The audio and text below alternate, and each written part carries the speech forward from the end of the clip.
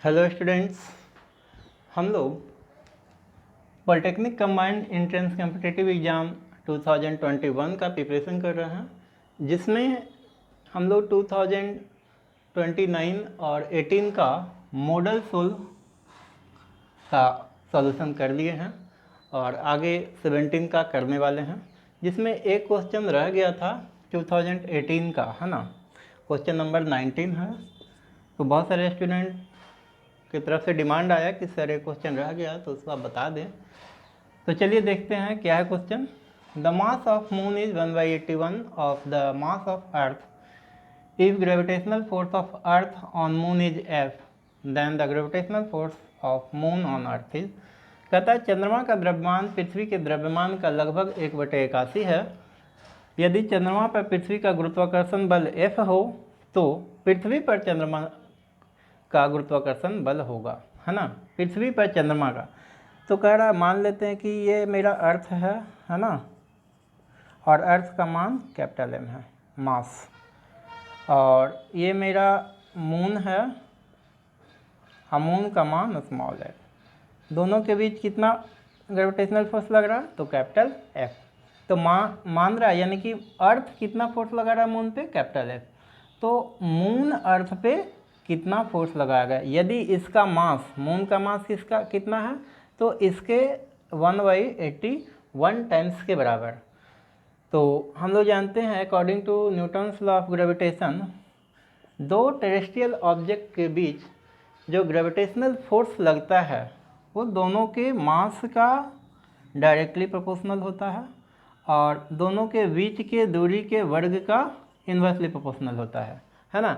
अब इसको कंबाइन कर देते हैं तो क्या मिलता है हमें, F = F proportional M small m by R square, और F = क्या आ जाता है, कैपिटल G का small m capital M small m by R square, जहाँ F क्या है, तो यूनिवर्सल ग्रेविटेशनल कांस्टेंट, जिसको हम लोग सार्वत्रिक नियतांक के नाम से भी जानते हैं, और इसका मान कहीं भी चेंज नहीं होता है। इसका वैल्यू कितना होता है, 6.67 × 10⁻11 न्यूटन मीटर स्क्वायर पर केजी स्क्वायर। याद रखिएगा, बहुत इंपॉर्टेंट है ये। तो इसी फार्मूला का हम लोग यूज करने वाले हैं और आसानी से निकाल लेंगे कि मून अर्थ पे कितना फोर्स लगाता है। तो चलिए देखते हैं। F = क्या हो गया, G capital M small m by R square. तो मान लेते हैं कि मून जो है अर्थ पे F' फोर्स लगा रहा है ना। अब देखिए यहाँ पे क्या हो गया कि जब फोर्स अर्थ मून पे लगा रहा है तो अर्थ का मान, मास को कैपिटल माने हैं कैपिटल M और मून के मास को स्मॉल m। इस चीज़ को ध्यान दीजिएगा, है ना। अब हम F' निकाल रहे हैं, यानी कि मून का फोर्स इस पे, तो मून का मास कैपिटल M हो जाएगा। तो कितना हो गया, ये मास कितना है दिया हुआ है, तो G, इसका मास कितना हो गया मून का, तो कैपिटल M का 81वां हिस्सा, 81वां हिस्सा स्मॉल m अर्थ का मास डिवाइडेड R स्क्वायर। अब इसको अरेंज कर देंगे तो F' क्या आ गया, देखिए G capital M small m by R square into 81। अब ये पूरे पार्ट को देखिए F लिख सकते हैं, है ना, सॉरी इसको इधर कीजिए, 81 को इधर कीजिए R स्क्वायर। ये पूरे पार्ट को क्या लिख सकते हैं, F। तो क्या आ गया, F/81, यानी कि मून अर्थ पे कितना फोर्स लगाएगा, यानी F' कितना आ गया, F' = आ गया F/81। देखिए राइट ऑप्शन कौन है, तो राइट ऑप्शन टिक लगा हुआ है ना, फर्स्ट हो जाएगा। ये सभी गलत ऑप्शन है। मून अर्थ पे कितना फोर्स लगाएगा, अर्थ के फोर्स के 81वें हिस्से के बराबर। आगे देखिए, अब इससे और भी सवाल पूछे जाते हैं मून और अर्थ के। कहता है कि वेट जो है अर्थ पे, वेट मून का वेट ऑन मून कितना होता है, तो अर्थ के वेट ऑन अर्थ का 6वां हिस्सा, है ना। तो कभी कभी सवाल पूछा जाता है कि अर्थ पे वेट, किसी वस्तु का अर्थ पर जो वेट है 60 kg है ना, 60 केजी नहीं, इसको ऐसे न्यूटन है ना। वेट का यूनिट, वेट बराबर क्या होता है mg का, है ना, mg। तो ये फोर्स है एक तरह से 60 न्यूटन का। किसी ऑब्जेक्ट का जो है वेट अर्थ पे 60 न्यूटन है, तो मून पे वेट कितना होगा, है ना। तो क्या जानते हैं, weight on moon equal to, यानी W मून कितना होता है, तो अर्थ के वेट का 6वां हिस्सा डिवाइडेड 6, यानी कि 10 न्यूटन का उस पर वेट बटाएगा, यानी कि मून के सरफेस पे। तो इससे भी सवाल पूछा जाता है, इसको कंप्लीट कीजिएगा। बहुत छोटा सा देखिए ये है, रिलेशन है। तो weight on moon equal to weight of earth divided 6, एकदम एक लाइन का है। तो ये सवाल की जगह पे ये भी पूछा जा सकता है, दोनों इस तरह से कनेक्टेड आते हैं सवाल। चलिए आगे देखते हैं 2017 का मॉडल सोल्व, और हम लोग आगे कंप्लीट करते हैं।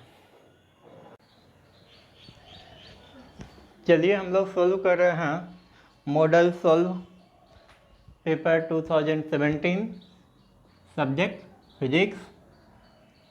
चलिए देखते हैं क्वेश्चन नंबर फर्स्ट क्या कहता है। क्वेश्चन नंबर फर्स्ट कहता है विच of the following is not a unit of distance. कहता है इनमें से कौन जो है दूरी का मात्रक नहीं है। ध्यान दीजिएगा, नॉट लगा हुआ है ना। तो फर्मी होगा, है ना। तो फर्मी में छोटे छोटे डिस्टेंस को मेजर करते हैं। एंगस्ट्रम भी डिस्टेंस का यूनिट है, माइक्रोन भी है ना, लेंथ का यूनिट ही है। और एस्टेरेडियन, एस्टेरेडियन जो है लेंथ का यूनिट नहीं है। तो एस्टेरेडियन आखिर किसका यूनिट है, तो एस्टेरेडियन जो है हमारा सॉलिड एंगल का यूनिट है।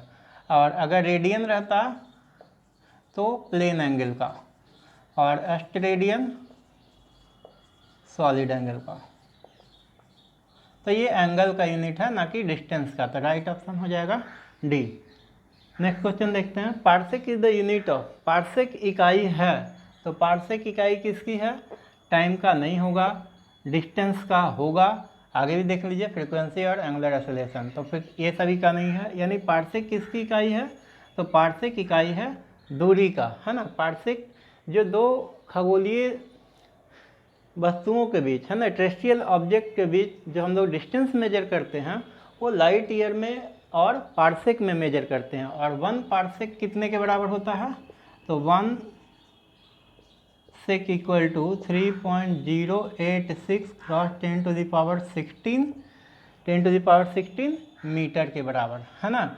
या 1 पार्सेक जो है 3.26, है ना, 3.26 लाइट ईयर के बराबर, है ना। तो ये याद रखिएगा। और 1 लाइट ईयर कितने के बराबर होता है, 1 लाइट ईयर में 1 लाइट ईयर कितने के बराबर है, तो देखिएगा 9.461 cross 10 to the power 15 metre के बराबर। 9.461 cross 10 to the power 15 metre के बराबर। इतना याद रखिएगा। कभी कभी ऐसे ये भी क्वेश्चन पूछ देता है 1 पार्सेक इज इक्वल टू, तो 3.086 क्रॉस 10 पावर 16 मीटर। सोचिए कितना अधिक है। और 1 पार्सेक को अगर पार्सेक और लाइट ईयर में रिलेशन पूछ दे, तो 1 पार्सेक कितने लाइट ईयर के बराबर, 3.26। और 1 लाइट ईयर में कितने मीटर, तो 9.461 cross 10 to the power 15 metre. तो light year and parsec both are the unit of distance. ये दोनों के दोनों दूरी के मात्रक हैं। चलिए नेक्स्ट देखते हैं।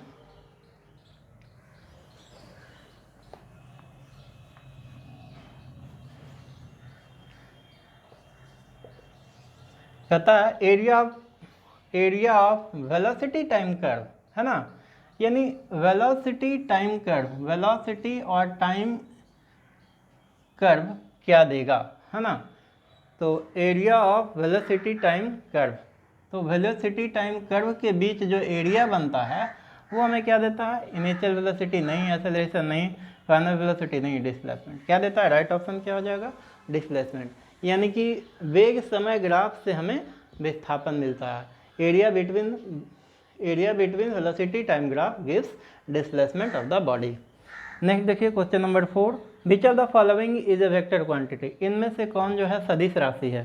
तो मास, है ना, स्केलर क्वांटिटी है, डिस्टेंस भी स्केलर, स्पीड भी स्केलर, और फोर्स भी फोर्स जो है वेक्टर क्वांटिटी है। तो यहाँ पे फोर्स राइट ऑप्शन हो जाएगा। थोड़ा सा कंसेप्ट दे देते हैं स्केलर और वेक्टर का। कहता है scalar quantity are those quantities which has only magnitude but no fix direction are called scalar quantity, and vector quantities those physical quantities which has both magnitude and direction and obey the triangle of addition are called vector quantity। तो scalar में आ गया आपका मास है, volume है ना, time है, distance है, क्योंकि इन सभी में केवल क्या है, मैग्नीट्यूड है बट नो फिक्स्ड डायरेक्शन, कोई निश्चित दिशा नहीं है ना। इसमें एक एक्सेप्शनल केस में आता है वर्क डन। वर्क डन क्या है, क्योंकि वर्क डन दो वेक्टर का प्रोडक्ट है, फोर्स और डिस्प्लेसमेंट। यहाँ फोर्स भी वेक्टर है और डिस्प्लेसमेंट भी वेक्टर है, लेकिन वर्क डन स्केलर क्वांटिटी में आता है। तो याद रख लीजिएगा कंफ्यूज करने के लिए, कभी कभी ये भी कंपटीशन में सवाल पूछा जाता है कि work done is a product of two vector but भाई work done is a scalar quantity. Exceptional case है, याद रखिएगा। उसी तरह से चलिए देखते हैं वेक्टर के लिए वेक्टर क्वांटिटी।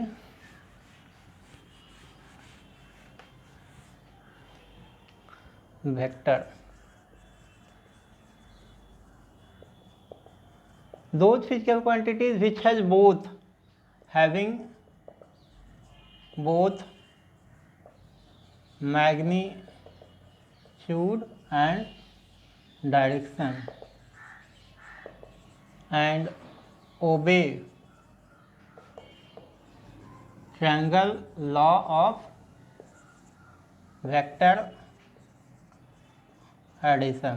कहता है कि वैसी राशि जिसमें परिमाण और दिशा दोनों हो और त्रिभुज के वेक्टर के त्रिभुज के जोड़ के नियम को फॉलो करे, उसको हम लोग वेक्टर क्वांटिटी कहते हैं, है ना। तो वेक्टर क्वांटिटी में एग्जांपल में हो जाएगा फोर्स हो गया, डिस्प्लेसमेंट हो गया, फिर एक्सेलरेशन हो गया, वेलोसिटी हो गया, है ना। इसमें भी एक एक्सेप्शनल केस आता है, कहता है करेंट। करंट जो है दोनों होता है, करंट में मैग्नीट्यूड भी है और डायरेक्शन भी है, लेकिन यह त्रिभुज के वेक्टर के त्रिभुज के जोड़ के नियम को फॉलो नहीं करता है, but it does not obey the triangle of vector addition due to which current is a scalar quantity. Current is a scalar quantity. तो याद रखिएगा, कंफ्यूज करने के लिए ये दोनों क्वेश्चन जरूर पूछे जाते हैं कभी कभी, वर्क डन के बारे में और ये करंट के बारे में। तो वर्क डन भी स्केलर है और करंट भी स्केलर है ना। करंट के पास देखिए दोनों है, मैग्नीट्यूड और डायरेक्शन, है ना, और लेकिन त्रिभुज के जोड़ के नियम को फॉलो नहीं करता, इसीलिए ये भी क्या हो गया, स्केलर क्वांटिटी। और वर्क डन क्या है, प्रोडक्ट ऑफ टू वेक्टर है, लेकिन वो भी स्केलर में आता है ना। तो मेरे हिसाब से स्केलर वेक्टर का थोड़ा सा कंसेप्ट दिए क्लियर हो गया होगा। चलिए आगे हम लोग सोल्व करते हैं क्वेश्चन नंबर 5। चलिए आगे हम लोग देख रहे थे क्वेश्चन नंबर 5, देखते हैं आगे क्वेश्चन नंबर 5 क्या कहता है। On reflection from A denser medium the light waves suffer A phase difference of.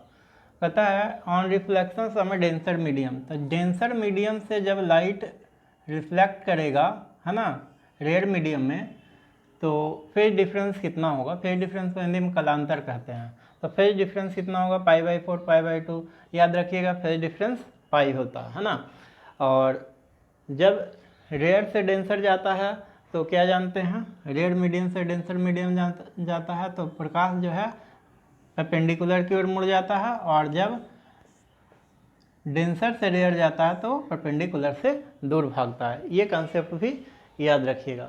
Next question कहता है ए constant force of 5 newton is applied on a block of mass 20 kg, है ना। एक 20 kg के block है, उस पर कांस्टेंट फोर्स लग रहा है ना।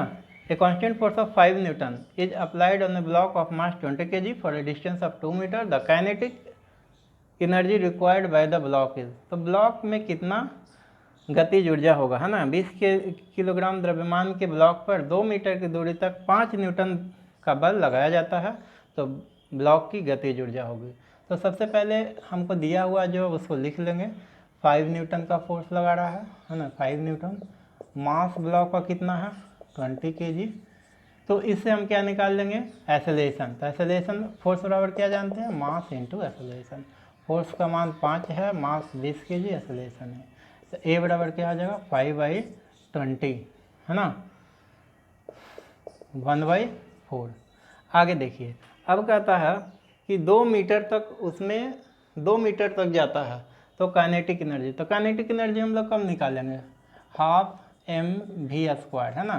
तो मास तो मालूम ही है 20 kg, भी निकलेगा तब ना। तो भी निकालने के लिए क्या करेंगे, हम लोग फार्मूला लगा देते हैं, v² बराबर u² + 2as, है ना।